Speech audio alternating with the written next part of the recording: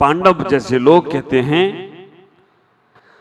तेरा सो तेरा मेरा सो मेरा। पांडव कहते हैं मुझे 5 गांव मिले, मैं 5 गांव में खुश हूं, पर जो तेरा है सो तू रख, मेरा है सो मेरा रख।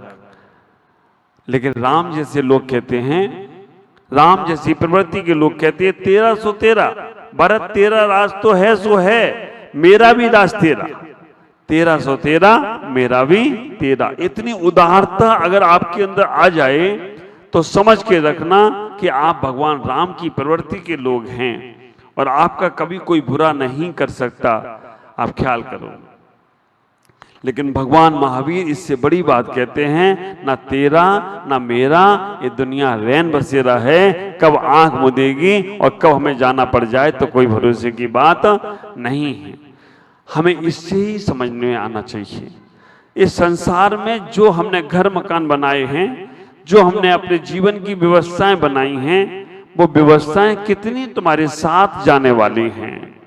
नानक के पास एक सेठ पहुंचा, नानक के पास एक सेठ पहुंचा और सेठ ने कहा नानक से कि आप मेरे लिए कोई सेवा बताओ, आप जो भी सेवा बताओगे मैं करने को तैयार हूं। नानक ने पूछा तुम्हारा काम क्या है? नानक से उसने कहा मेरी बहुत बड़ी ट्रांसपोर्ट है, पूरे भारत में मेरी गाड़ियां चलती हैं, बहुत बड़ा मेरा ट्रांसपोर्ट है, मैं कुछ भी कर सकता हूं, कहीं पे कहीं का माल पहुंचा सकता हूं। नानक ने कहा ठीक है, ट्रांसपोर्ट का काम है तो ट्रांसपोर्ट का ही काम बताऊंगा। नानक ने एक सुई निकाली और सुई निकालकर उसको दी कि ये सुई मेरे तक पहुंचा देना। उन्हें कहाँ पहुंचाना है? उन्होंने कहा अभी नहीं, अभी तो रख लो, जब मेरा ये शरीर छूट जाए, मैं मृत्यु को प्राप्त हो जाऊं, तो जहां मैं जाऊंगा वहां पर मुझे ये सुई पहुंचा देना। उस सेठ ने इतना ही कार्य, छोटी सी काम है मैं तो कर दूंगा। आप विचार करके रखना, जब अहंकार का अंधकार हमारे आंखों पे छाता है तब हमारा बुद्धि विवेक सब समाप्त हो जाता है। उसने इतना ही कहा सुई तो पहुंचाना मैं पहुंचा दूंगा और जहां कहोगे वहां पहुंचा दूंगा। नानक ने कहा मरने के बाद मैं जहां रहूं वहीं पहुंचा देना। वो सुई लेकर घर आया, पहले तो बहुत खुश हुआ कि हे नानक ने मुझे कोई काम बता दिया। आप ख्याल करना, अगर आपको आपके बड़े कोई कार्य बता रहे हैं तो ये सोचना बहुत बड़ा पुण्य है तुम्हारा, जो बड़ों के मुख से तुम्हें कोई सेवा कार्य मिल गया। घर में अगर बड़े लोग तुम्हें कोई आज्ञा देते हैं तो समझ लेना तुमने आज कोई पुण्य किया होगा, जो बड़ों की आज्ञा तुम्हें मिल रही है। बड़े जल्दी नहीं बोलते, पर जब बोलते हैं तो बहुत सोच समझ के बोलते हैं। विचार करना। घर में आया, लेकिन बेटी ने कहा पिताश्री ये सुई मरने के बाद कैसे पहुंचाओगे? कि मरने के बाद तो धागा भी साथ जाने वाला नहीं है, और मरने के बाद कहां जाएंगे और कैसे पहुंचाओगे? वहां पर तो कोई साधन नहीं है। वो व्यक्ति दुखी हो गया, अगले दिन आकर क्षमा मांग ली उसने। तो ख्याल करना, हम अपने जीवन में इतने सुंदर सुंदर घर महल बना रहे हैं, इतना सुंदर भवन बना रहे हैं, ये किसके लिए? ख्याल करो। मेरे गुरुदेव आचार्य भगवान पुष्पदन सागर जी महाराज जब जयपुर गए, बहुत पुरानी बात है, 78 की बात है, क्षुल्लक अवस्था में थे, तो वहां गए तो किसी ने नया मकान बनाया। और नया मकान बनाया तो नया मकान बनाने के बाद उसने चौका लगाया गोचरी के लिए, आहार के लिए। जब गुरुदेव वहां पहुंचे तो उसने बहुत अच्छे से आहार कराया। नया मकान था, नए मकान में पहले पगलिया गुरुजी की हो जाएं तो इससे बड़ा सौभाग्य और क्या होगा। आचार्य भगवान का आहार हुआ। आहार के बाद उसने कहा भगवान मैं इस घर का कोई नाम रखना चाहता हूं। आदमियों के नाम रखे जाते हैं, जानवरों के नाम रखे जाते हैं, लेकिन घरों के भी नाम रखे जाते हैं, महलों के नाम होते हैं। हमारे तीर्थंकर आदिनाथ के भगवान के महल का नाम सर्वतोभद्र था, भगवान महावीर के महल का नाम नंद्यावत था। तो उसने कहा मैं भी अपने घर का नाम कुछ रखना चाहता हूं। आप साधु हैं, गुरु हैं, आप हमारे इस महल का, इस भवन का नाम कुछ बता दें। आचार्य भगवान मेरे बहुत तर्कशाली हैं। आचार्य भगवान ने कहा कि मैं नाम बताऊंगा तो तुम रख नहीं पाओगे, इसलिए छोड़ो, तुम्हें जो रखना है रख लेना। उसने कहा नहीं महाराज, आप जो भी नाम बताओगे हम वो नाम रखने को तैयार हैं, बस एक बार आप बता दो। बड़ा सौभाग्य होगा, कभी कभी आप लोग भी अपने बच्चों के नाम गुरुओं से रखवा लेते तो सोचते हाँ मेरे गुरु ने नाम रखा है। कभी कभी गुरु ने कोई नाम दे दिया तो वो आप बहुत सौभाग्यशाली समझते हो। आचार्य सिंह ने उसको 2-3 बार मना किया, लेकिन वो माना नहीं कि आप रख दो। आचार्य सिंह ने कहा सोच लो, जो मैं रखूंगा वो रखोगे? उसने कहा हाँ। तो आचार्य सिंह ने कहा कि इस घर का नाम तो मरघट रख दो। मरघट। ऊपर से नीचे तक देखा। उसने कहा महाराज मैंने इतना शुद्ध भोजन कराया, इतना अच्छा हार कराया, और आपको आज क्या बुद्धि हो गई कि घर का नाम मरघट? आचार्य सिंह ने कहा देखो मैंने कहा था ना तुम रखोगे नहीं, क्योंकि तुमसे मैंने पहले ही कहा था कि भाई जो मैं कहूंगा तो वो रखोगे। तुमने कहा था हाँ तुम रख। उसने कहा महाराज मरघट नाम क्यों रखो, ये तो नाम शोभनीय नहीं है। आचार्य सिंह ने उससे पूछा एक बात बताओ, तुम कहाँ मरते हो? मरते कहाँ हैं? घर में ही मरते हैं। तो आचार्य भगवान ने कहा जहां जाए प्राण घट घट, उसका नाम आया समझ में? जहां जाए प्राण घट घट, उसका नाम मरघट। तो मरोगे तुम घर पे ही, तो फिर तुम उसका नाम मरघट ही रखो ना। उसने कहा महाराज ऐसा नहीं हो सकता, और मुझे लगता है कि आप लोगों ने अपने अपने लिए मरघट कितने अच्छे बना रखे हैं। 50 लाख का मरघट है, 1 करोड़ का मरघट है, और आप ये नहीं सोचते हो कि ये आज नहीं तो कल छोड़ के जाना है, पर उसका आनंद लेने में लगे हुए हो। एक बार तो सोचो, हमें ये शरीर भी यहीं छोड़कर जाना है, तो ये घर मकान दुकान व्यापार सब यहीं छोड़कर जाना है। जो साथ लेकर जाना है उसकी व्यवस्था बनाओ। हम यात्रा पर जाते हैं कहीं की, तो वहां के लिए कुछ सामान खाने पीने का पैक करके ले जाते हैं कि रास्ते में नहीं मिला तो क्या होगा। तो याद करो उस मोक्ष मार्ग की यात्रा पर जाना है, उस निर्वाण की यात्रा पर जाना है, तो वहां के लिए क्या संयोजन किया तुमने, वहां के लिए क्या एकत्रित किया तुमने, वहां के लिए क्या जोड़ा। वहां के लिए जो तुम जोड़ के रखे वो कुछ काम में नहीं आएगा। कभी ध्यान किया, कभी जाप की, कभी दूसरों की मदद की, कभी अपने आप में लौटने का प्रयास किया।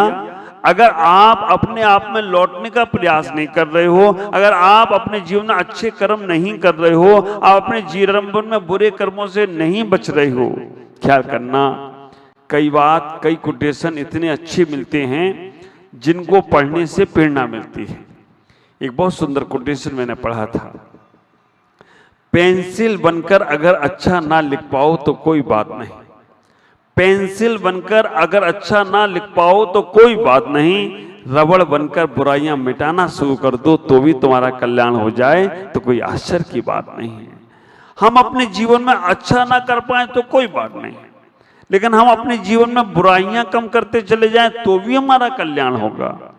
ख्याल करो, हर आदमी के पास एक अच्छाई होती है और हर आदमी के पास कुछ न कुछ बुराई होती है।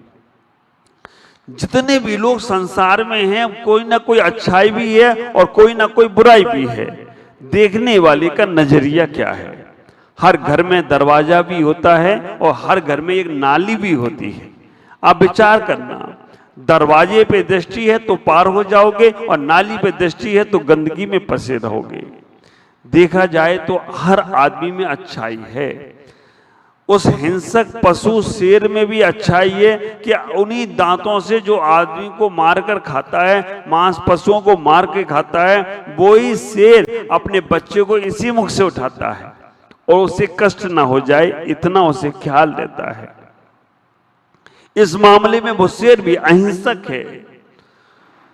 अच्छाई देखने के लिए जाओगे तो शेर में भी अहिंसक की बेदृष्टि आएगी। उस चंडाल में भी वो चंडाल भी अपने बच्चे को अगर फांसी की सजा सुना दी जाए तो अपने बच्चे को फांसी की सजा नहीं देना चाहता, खुद अपनी बलिदान देना चाहता है। अच्छा देखना चाहोगे तो बुरे से बुरे इंसान में भी अच्छाई है, और बुराइयां देखना चाहो तो भगवान राम जो मर्यादा पुरुषोत्तम कहे जाते थे, गर्भवती पत्नी सीता को जंगल में छुड़वा दिया और वो भी बहाने से कीर्तांतवक सेनापति से कहा, जाओ सीता को तीर्थबंधना के नाम पर जंगल में छोड़ आओ। अब विचार करके रखना, बुराइयां देखना चाहो तो पवन हनुमान के पिता अपनी पत्नी को एक शब्द सुन लिया पत्नी का, पत्नी ने नहीं बोला, अंजना ने नहीं बोला, किसी ने बोल दिया कि पवन से अच्छा तो फलाना राजा था, उससे विवाह होता तो तुम्हारा किस्मत जम जाती। बस पवन ने सुन लिया कि मेरी बुराई सुन रही है, पत्नी ने, अंजना ने बुराई नहीं की पर मेरी बुराई सुन रही है। उतने में ही आप विचार करके रखना, 22 वर्ष तक के लिए परित्याग कर दिया। सीता को देखो, अंजना को देखो, कष्ट किस पे नहीं आए। चंदन वाला को देखो तो बेड़ियां पे बेड़ियां डाल दी गई, उसे दासी बना दिया गया, राजा की पुत्री और दासी बनकर। दुख तो इन सबके पास आए लेकिन ये दुखी नहीं हुई। दुख आना और दुखी होना दोनों में अंतर है। दुख तो इनके पास आए लेकिन ये दुखी नहीं हुए, क्योंकि इन्हें मालूम था ये सारा का सारा मेरे ही कर्म का उदय चल रहा है और मेरे कर्म का उदय जब तक हमें समाप्त नहीं होगा तब तक हम इससे पार नहीं हो पाएंगे। तो दुख तो आएंगे, महापुरुषों पर भी आए हैं लेकिन वो दुखी नहीं हुए। तो हमें भी यही सीख लेना है कि दुख आए हमें दुखी नहीं होना है, हमें समता भाव परिणाम रखना है। 5 पांडवों के गले में मुनिराज जिन्होंने सब कुछ परित्याग कर दिया, उनके गले में गरम गरम आभूषण पहना दिए गए। गज कुमार मुनि के ऊपर सिगड़ी रख दी गई जलती हुई। ख्याल करो, तीर्थंकर आदिनाथ को भी आहार के लिए 6 महीने भटकना पड़ गया। जब इन महापुरुषों में भी कष्ट आ सकते हैं तो हम लोग हैं किस खेत की मूली। तो हमें कभी घबराना नहीं चाहिए। हमें इतना ही विचार करके रखना अपने जीवन को कैसे व्यवस्थित बनाना, क्योंकि ये ही मनुष्य पर्याय है। इसी मनुष्य पर्याय से ही तुम पार हो सकते हो। त्रियंच और देव और वहां की पर्याय से आप विचार करना, मनुष्य पर्याय की कितनी बड़ी महत्वता बताई गई है। मनुष्य पर्याय के लिए जब भगवान को हम पंचकल्याणक में पालकी में उठाते हैं, देवता लोग आते हैं गर्भ कल्याणक जन्म कल्याणक मनाने, लेकिन पालकी को उठाते समय वो ही भगवान को उठा सकता है जो भगवान जैसा बन सकता है। देवता नहीं बन सकते तो वो पालकी उठा ही नहीं पाते हैं, बाद में उठाते हैं। अपने जीवन को धन्य समझने का प्रयास करो, अपने जीवन को बहुत सौभाग्यशाली समझने का प्रयास करो। ख्याल करना, मैं और मेरा का भाव छोड़ने का प्रयास करो। सम्यक दर्शन जो तुमको है, ख्याल करना, सम्यक दृष्टि बनना है तो आत्मा से प्यार करो। सम्यक दृष्टि बनना है तो आत्मा से प्यार करो। बाह्य वस्तुओं से अपने आप को राग कम करो। मैं और मेरा का भाव ही संसार का कारण है। अब आत्मा से प्यार करके अपना उद्धार करो। तुम्हारी प्यार आत्मा से होना, तुम्हारा जीवन का श्रृंगार आत्मा से होना चाहिए, तभी तुम्हारा जीवन बहुत आगे बढ़ने वाला होगा।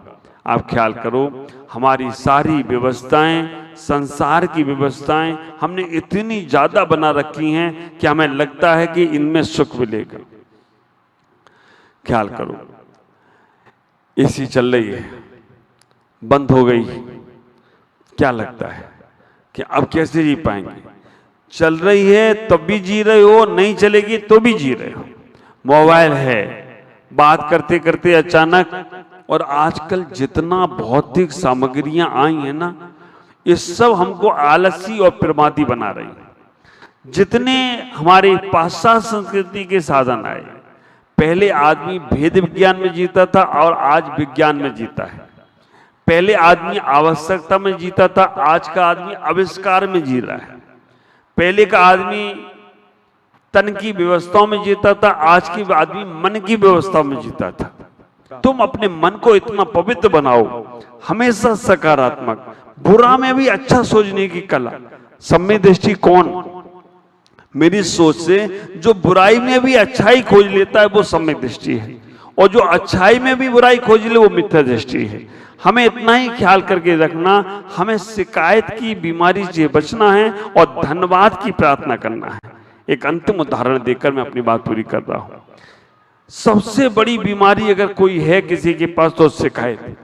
आप देखना, अगर कोई आदमी आपसे बार बार आकर किसी की शिकायत करता है, वो तो शिकायत कर रहा है लेकिन आपकी एनर्जी कम होती जा रही है, आपका अंदर का बल कमजोर होता जा रहा है, आपका मन कमजोर होता जा रहा है, आप कमजोर होते जाएंगे। वो शिकायत कर रहा है, कमजोरी आपको आएगी। और वो कहीं किसी की प्रशंसा कर रहा है, अच्छा बोल रहा है, तो आपको भी बल आता है। ख्याल करना। पर इसमें भी ये लगाना पड़ेगा, अगर तुम्हारे दुश्मन की बुराई कर रहा है तो तुम्हें बल आता है, और तुम्हारे मित्र की बुराई कर रहा है तो तुम्हारी शरीर कमजोर होता है। ये आजकल की धारणा है। तो हम शिकायत से बचने का प्रयास करें। एक आदमी भगवान के पास शिकायत कर रहा था, ये भगवान, क्या आपने ये नियम बनाया, ट्रैफिक में फंस गया होगा, बाइक से जा रहा था, ट्रैफिक में फंस गया।